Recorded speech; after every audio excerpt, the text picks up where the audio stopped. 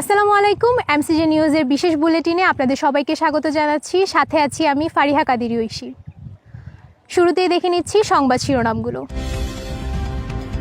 পাঠাগারে বই থাকলেও নেই পর্যাপ্ত পাঠক, পাঠাগারে যেতে অনীহা তরুণদের। কুমিল্লার অন্যতম দর্শনীয় স্থান ইটাখোলা মোড়ায় নেই পর্যাপ্ত দর্শনার্থী। কুমিল্লায় বসন্ত রাজার প্রাচীন স্থাপত্য সংরক্ষণ না করায় ঢাকা পড়েছে বন জঙ্গলে। দেখছিলেন সংবাদ শিরোনাম, এবারে বিস্তারিত। একদিকে চাকরি বা একাডেমিক পড়াশোনা, অন্যদিকে ফেসবুক, ইনস্টাগ্রাম সহ নানা প্রযুক্তির বিস্তারে তরুণদের কাছে আবেদন হারাচ্ছে পাঠাগার। তাই পাঠাগারে বই থাকলেও নেই পর্যাপ্ত পাঠক। ফয়সাল সজীবের তথ্য ও ছবিতে ক্যামেরায় ছিলেন মামুনুর রশিদ। দেশে পাঠাগার আছে কিন্তু পাঠক নেই। এমনকি দেশের কিছু শতবর্ষী পাবলিক লাইব্রেরি আছে যেগুলো ইতিমধ্যেই বন্ধ হয়ে আছে আজ অনেক দিন, তালা ঝুলছে সেখানে। এ নিয়ে মাথা ব্যথা নেই কারো। মেইন কথা হচ্ছে ছেলেদের মেন্টালিটিটাই এমন যে এখন আর তারা বই কেন্দ্রিক না।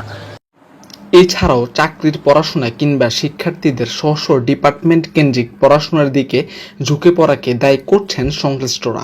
ডিপার্টমেন্টের যে সিলেবাসটা আমাদের পড়ায়, দেখা যাচ্ছে 5টা প্রশ্ন পড়ালো অথবা 10টা প্রশ্ন পড়ালো, ওই 5টা বা 10টা প্রশ্নের মধ্যে ছাত্ররা আমরা সীমাবদ্ধ থাকতে চাই।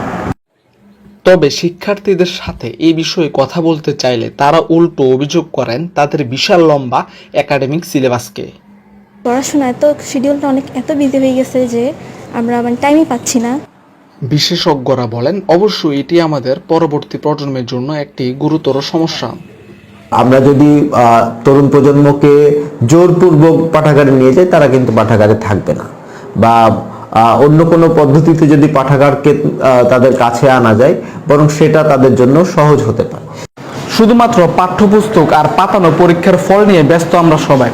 এই অবস্থা থেকে আমাদেরকে বেরিয়ে আসতে হবে, এমনটাই মত প্রকাশ করছেন বিশ্লেষকরা। ফয়সাল সজীব, এমসিজে নিউজ, কুমিল্লা। কুমিল্লার বার্ডের পাশে অবস্থিত একটি দর্শনীয় স্থান ইটাখোলা মোড়া। তবে সরকারি তদারকির অভাব আর নিরাপত্তাহীনতায় দিন দিন কমছে দর্শনার্থীর সংখ্যা। কাউসারের তথ্য ও ছবিতে ইবাদ হোসেনের রিপোর্ট। প্রাচীনকাল থেকে ইট পোড়ানোর কাজে ভিআইটি ব্যবহার করা হতো বিদায় এর নামকরণ করা হয় ইটাখোলা মোড়া। সাম্প্রতিককালে ভিআইটির সামনে নামমাত্র গেট ও কাউন্টার স্থাপন করে দর্শনার্থীদের প্রবেশের ব্যবস্থা করা হয়েছে।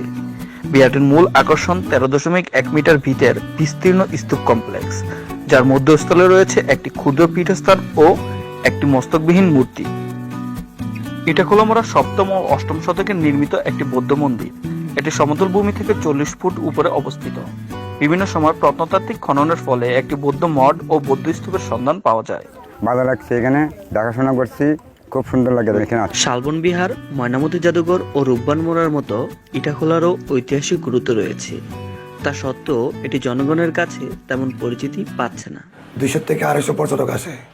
যদি ভালো করে আবার কিছু পরিষ্কার করা হয়, সুন্দর করে দেওয়া হয়, আপনার 1000-1500 পর্যটক আসবে। প্রথম দফায় খনন কার্য চালিয়ে এখান থেকে 3টি স্বর্ণের কয়েন, একটি রূপার কয়েন ও একটি কপার প্লেট পাওয়া গেছে, যা বর্তমানে ময়নামতি জাদুঘরে সংরক্ষিত আছে। প্রায় 5টি সাংস্কৃতিক যুগ অতিক্রম করা এই বিহারটির অনেক নিদর্শনই এখনো মাটির নিচে চাপা পড়ে রয়েছে। উন্নত নিরাপত্তা, সরকারি তদারকি ও কর্মকর্তা নিয়োগের মাধ্যমে দর্শনার্থীদের আরও বেশি আকৃষ্ট করে যাবে বলে মনে করছেন সংশ্লিষ্ট ব্যক্তিবর্গরা। ইবাদ সরকার, এমসিজি নিউজ, কুমিল্লা। কুমিল্লার আদর্শ সদর উপজেলার বসন্তপুর গ্রামে মাটির নিচে চাপা পড়ে আছে মধ্যযুগীয় প্রাচীন স্থাপত্য। ইতিহাসের সঠিক ধারণা ও যথাযথ সংরক্ষণ না করায় প্রাচীন এই স্থাপত্যটি পরিণত হয়েছে বন জঙ্গলে। বিলাল হোসেনের তথ্য ও ছবিতে মোদাব্বির হাশমির রিপোর্ট। কুমিল্লা শালবন বিহারে প্রাপ্ত আনন্দদেবের তাম্রশাসন লিপিতে বসন্তপুরের যে অস্থায়ী রাজধানী স্থাপনের উল্লেখ পাওয়া যায়, প্রত্নতাত্ত্বিকদের ধারণা এটিই সেই স্থান। স্থানীয়রা বসন্ত রাজার বাড়ি বলে চিনলেও জানে না এর সঠিক ইতিহাস। রাজা ছিল না, প্রজা ছিল না, কে ছিল, কোন ছিল কিনা না ছিল, কত বছর ছিল, এটা তো আমরা বলতে পারি না। প্রাচীন এই স্থাপত্যের ঐতিহাসিক গুরুত্ব সম্পর্কে ধারণা না থাকায় সংরক্ষণেও উদাসীন তারা। গরু নিয়ে বিষয় দিছে, কেউ নিয়ে গাটলা পানির ভোর গাটলা দিছে। কুমিল্লা প্রত্নতত্ত্ব অধিদপ্তরের আঞ্চলিক পরিচালক জানায়, ইতোপূর্বে বসন্তপুর সহ 5 স্থবির প্রত্নতাত্ত্বিক স্থানগুলো জরিপ করে চিহ্নিত করা হয়েছে।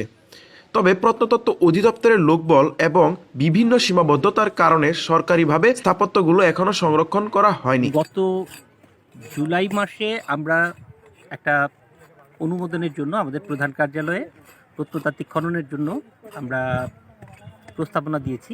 প্রস্তাবনাটা অনুমোদন হয়েছে এবং এই বছর আমাদের এটা খনন করার কথা। ইতিমধ্যে আমরা খননের জন্য সমস্ত প্রিপারেশন নিয়ে ফেলেছি। কুমিল্লা বিশ্ববিদ্যালয়ের প্রত্নতত্ত্ব বিভাগের সহকারী অধ্যাপক মুর্শেদ রায়হান সম্প্রতি বসন্তপুরে এই স্থাপত্যটি নিয়ে গবেষণা করেছেন। তিনি জানান, পাঁচতবিতে প্রত্নতাত্ত্বিক বিস্তারিত গবেষণা না করা এবং স্থানীয়দের অসচেতনতার কারণে প্রাচীন এই স্থাপত্যটি এখন ধ্বংসের মুখে। যে পাঁচতবিতে পদ্ধতিগত অনুসন্ধান পরিচালনা করা উচিত এবং সেই জায়গা থেকে যে আর্কিওলজিক্যাল সাইটগুলো আবিষ্কৃত হবে সেগুলোকে সংরক্ষিত পুরাকীর্তি হিসেবে ঘোষণা করে আমাদের ফিউচারে যে জেনারেশন আছে তাদের জন্য, তাদের গবেষণার জন্য এই সাইটগুলোকে সুরক্ষিত করা উচিত। কুমিল্লার অদূরে বসন্ত রাজার এ স্থাপনাটি অসংরক্ষিত অবস্থায় পড়ে আছে। এলাকাবাসীর দাবি যেন এই স্থাপনাটিকে প্রত্নতাত্ত্বিক নিদর্শন হিসেবে চিহ্নিত করা হয়। বসন্তপুর থেকে মুদাব্বির হাশমি, এমসি নিউজ, কুমিল্লা। সংবাদের এই পর্যায়ে নিয়ে নিচ্ছে একটি বিজ্ঞাপন বিরতি। বিরতির পর ফিরে এসে যা থাকছে: মুখরোচক স্ট্রিট ফুড বা রাস্তার খাবারে আগ্রহ, স্বাস্থ্য ঝুঁকিতে শিক্ষার্থী ও সাধারণ মানুষ। শৈশবে বাবার মৃত্যু, কম বয়সী মেহেদীকে হতে হলো বিশ্ববিদ্যালয়ের হলের ডাইনিং বয়।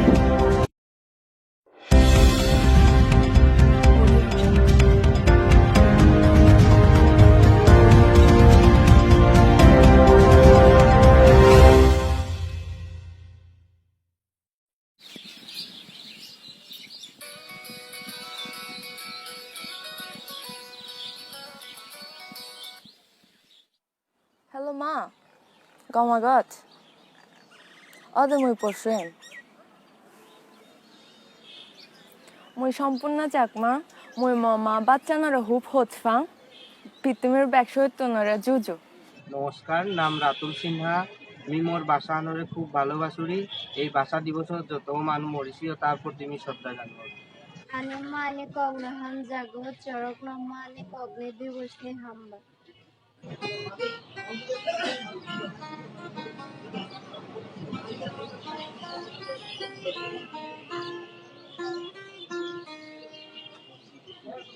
হাই প্রিন্স মাহমুদ, আয়ার মাতৃভাষারে খুব ভালোবাসি আর সকল ভারতীয় সহিত প্রতি শ্রদ্ধা।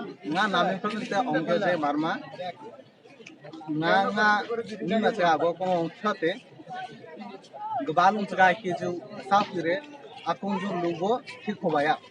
আমি আমার মাতৃভাষারে বালা পাই, সকল ভাষা শহীদদের প্রতি আমি মন থেকে শ্রদ্ধা করি। তারা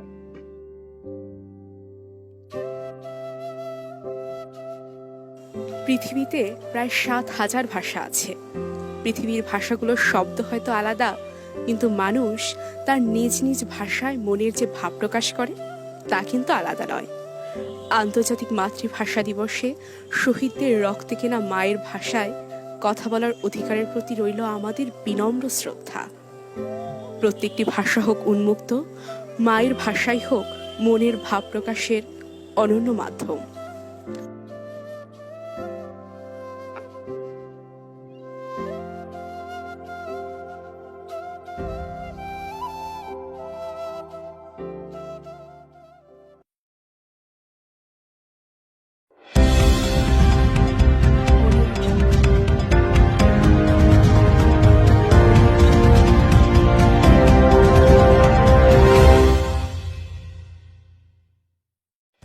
বিরতির পর সবাইকে আবারও স্বাগতম। স্ট্রিট ফুড বা রাস্তার খাবার পছন্দ করে না এমন লোক খুব কমই আছে, তবে এটি যেমন মুখরোচক তেমনই এতে রয়েছে স্বাস্থ্য ঝুঁকি। সাইদুর রহমানের তথ্য ও ছবিতে আসাদুজ্জামান রাব্বির রিপোর্ট। স্কুল ছুটির পর বিভিন্ন শিক্ষা প্রতিষ্ঠানের শিক্ষার্থীরা এভাবেই ভিড় জমায় স্ট্রিট ফুডের দোকানগুলোতে। শুধু শিক্ষার্থীর নয়, বর্তমান সময়ে প্রায় সকল বয়সের মানুষেরই পছন্দের খাবারের তালিকায় রয়েছে এই স্ট্রিট ফুড। বিভিন্ন উপাদানে তৈরি ভেলপুরি, ফুচকা, ঝালমুড়ি, বিভিন্ন ফলের ভর্তা, তেলে ডোবানো পেঁয়াজ ও আলুর চপ খেতে ভিড় জমায় মানুষ। রাস্তার পাশে বানানো এই খাবারগুলো দূর থেকেই আকর্ষণ করে ভোজন রসিকদের। দেখতে লোভনীয় হলেও এই খাবারগুলোতে পুষ্টিগুণ খুবই কম বলছেন স্বাস্থ্যবিদরা। এগুলো কতটা স্বাস্থ্যকর তা না জেনেই খাচ্ছেন অনেকে। খাবারটা আমার জন্য ক্ষতিকর, আমরা খাই।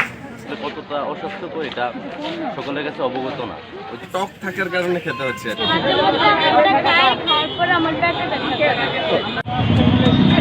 তবে বিক্রেতাদের দাবি, স্বাস্থ্যকর পরিবেশে তারা তৈরি করছেন এসব খাবার।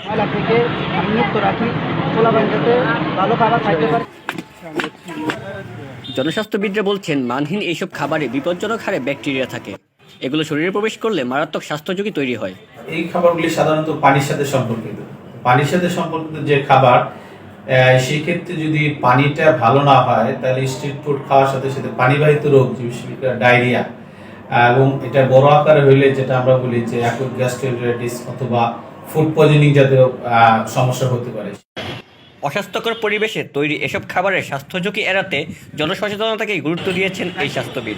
স্ট্রিট ফুড খাওয়ার ব্যাপারে আমাদের যে জিনিসটা খেয়াল করতে হবে, একটা হচ্ছে যে আমরা হ্যান্ড ওয়াশের ব্যাপারটা, যেটা আমরা নিজেরা হাত ইউজ করবো, হাতটা পরিষ্কার করে ধুইতে হবে বা স্যানিটাইজার ইউজ করতে হবে। ব্যাপারে আমাদের সাবধানতা অবলম্বন করতে হবে এবং হাইজিনটা মেনটেন করতে হবে। আমাদের খাদ্য তালিকায় প্রতিনিয়ত যুক্ত হচ্ছে স্ট্রিট ফুড। এই মুখরোচক খাবার তৈরি ও পরিবেশনে রয়েছে স্বাস্থ্য ঝুঁকি। এই স্বাস্থ্য ঝুঁকি এড়াতে প্রয়োজন জনসচেতনতা। আহমেদুজ্জামান রাব্বি, এমসিজে নিউজ, কুমিল্লা বিশ্ববিদ্যালয়। 7 বছর যাবৎ কুমিল্লা বিশ্ববিদ্যালয়ের বঙ্গবন্ধু শেখ মুজিবুর রহমান হলের ডাইনিং বয় হিসেবে কাজ করছে মেহেদী হাসান। বাবার মৃত্যুর পর পারিবারিক অসচ্ছলতার কারণে তার এই পথ চলা শুরু হয়। বিস্তারিত দেলোয়ার হোসেনের প্রতিবেদনে ক্যামেরায় ছিলেন তারিকুল ইসলাম। পড়ালেখা করে এসে ক্ষুধার্ত পেটে অনেকেই যখন খাবারের টেবিলে, তখন পরম যত্নে খাবার দিচ্ছে তাদেরই সমবয়সী একজন। দ্বিতীয় শ্রেণীতে পড়াকালে বাবাকে হারায় মেহেদী। এরপর থেকেই মেহেদী ও তার মা একাই থাকতো। মেহেদী যত বড় হতে লাগলো ততই যেন বাড়তে লাগলো পরিবারের আর্থিক সংকট। এরপর 2016 সালে মেহেদী তার নিজ জেলা চাঁদপুর ছেড়ে এসে ডাইনিং বয়ের কাজ শুরু করে কুমিল্লা বিশ্ববিদ্যালয়ের বঙ্গবন্ধু হলে। গত 7 বছর ধরে ডাইনিংয়ের কাজ করছে মেহেদী, অথচ তারই সমবয়সী হাজার হাজার শিক্ষার্থী পড়ছে কুমিল্লা বিশ্ববিদ্যালয়ে। আমি ছোট থাকতে আমার বাবা যখন চলে যায়, মারা যায়, তারপর থেকে আসলে আর্থিক সমস্যার কারণে পড়াশোনা করতে পারি। মাঝে মাঝে এরকম ফিল হয় যে আপনাদের থেকে এরকম ফিল হয় যে আমিও পড়াশোনা করি, কিন্তু বাইকও যা আছে তা নিয়ে আমার বেঁচে থাকতে হয়েছে। মাথার উপর বাবা নামক বটবৃক্ষের ছায়া থাকলে হয়তো পড়ালেখা করে মেহেদীও হতে পারত বিশ্ববিদ্যালয়ের ছাত্র। বাকি ছাত্রদের মতোই ক্লাসের শেষে সেও বসত খাবারের টেবিলে। কিন্তু বাবা মারা যাওয়ায় পরিবারের হাল ধরতে ছাড়তে হয় পড়াশোনা।